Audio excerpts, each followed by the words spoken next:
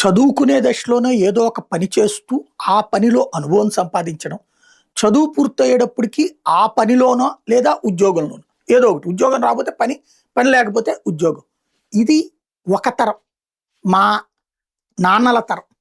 మా తరానికొచ్చేటప్పటికి చదువుకునేటప్పుడు పని, పనితో పాటే ఉద్యోగం రెండూ చేసుకుంటూ సాగినటువంటి తరం.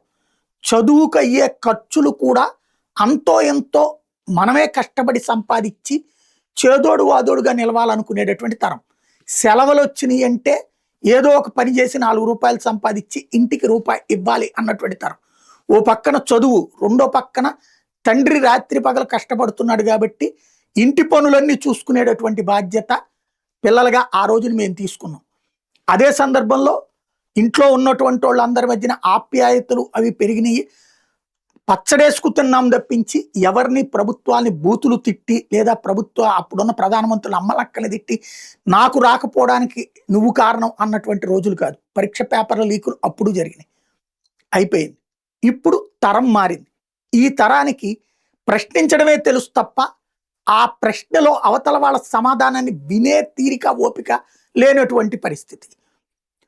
ముందు ఏదో ఒకటి జరిగిపోవాలి, నాకొకటి ఒక సెలబ్రిటీ ఇమేజ్ కావాలని కోరుకునేటటువంటి బ్యాచ్ ఒకటి. అందరూ కాదు, కష్టపడి ఇవాల్టికి కూడా అమ్మా నాన్నల కోరికలు తీర్చాలని రాత్రి పగలు కష్టపడి చదువుతున్నటువంటి విద్యార్థులు అనేక మంది ఉన్నారు. కార్పొరేట్ స్కూళ్ళు, కార్పొరేట్ కాలేజీలు, ఇంజనీరింగ్ కాలేజీలు, మెడికల్లో చదువుతున్నటువంటి వాళ్ళందరూ ఏంటి, అమ్మా నాన్నలకి మంచి పేరు తేవాలి, మనం మంచిగా సంపాదించాలి, మంచి జీవితం చెయ్యాలి.